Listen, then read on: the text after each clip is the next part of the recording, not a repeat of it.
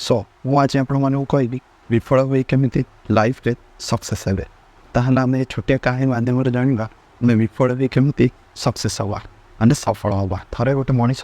रास्तार जाऊला सी जा समय गोटे हाथी को रास्ता गोटे गचर बंधा होता देखला से ताकू देखी से रहीगला से देखना कि हाथीर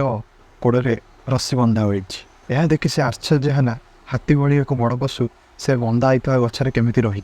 कहीं हाथीर तो बहुत बड़ थाए ना से चाहिए तो छिड़े जापर कि से बंधा ही कौन पाई अच्छी से पुणी गोटे छोटिया रस्सी हाथी चाहिए गोटे झटकार छिंडे पार किंतु कौन पाई छिंडे न जाई से गचर बांधी हुई रही किंतु किसी कारण से एमती करें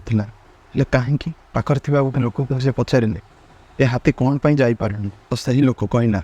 कि हाथी को छोट बड़ू बंधा जाइए तो से लोक कहना छोट बड़ू एत शक्ति नाला जे रस्सी की छिड़े पारे बहुत थर चेष्टा करने भी से रस्सी छिड़े पारे कहीं से बहुत छोट थे रस्सी छिड़े न पार